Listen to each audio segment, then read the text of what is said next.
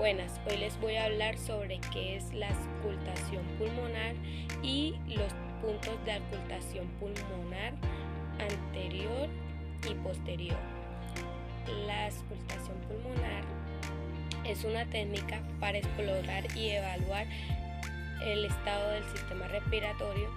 Mediante este procedimiento se evalúa cómo se comporta el flujo del aire a través del árbol traqueobronquial, dado que se aporta información valiosa sobre el estado de los pulmones y del espacio pleural. Se considera de un examen de gran valor a la hora de chequear a un paciente y se realiza con un fonendoscopio, que es un aparato acústico que permite captar los sonidos internos del cuerpo. Secuencias de auscultación de la parte anterior. Tenemos el segmento apical superior del lóbulo superior de la parte izquierda, de la parte derecha. Tenemos el segmento anterior del lóbulo superior de la parte derecha.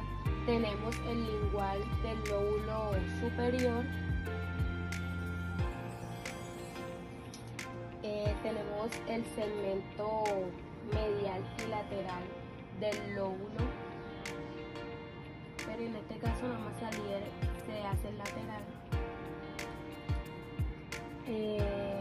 Tenemos el segmento lateral del lóbulo inferior y tenemos el segmento posterior del lóbulo inferior.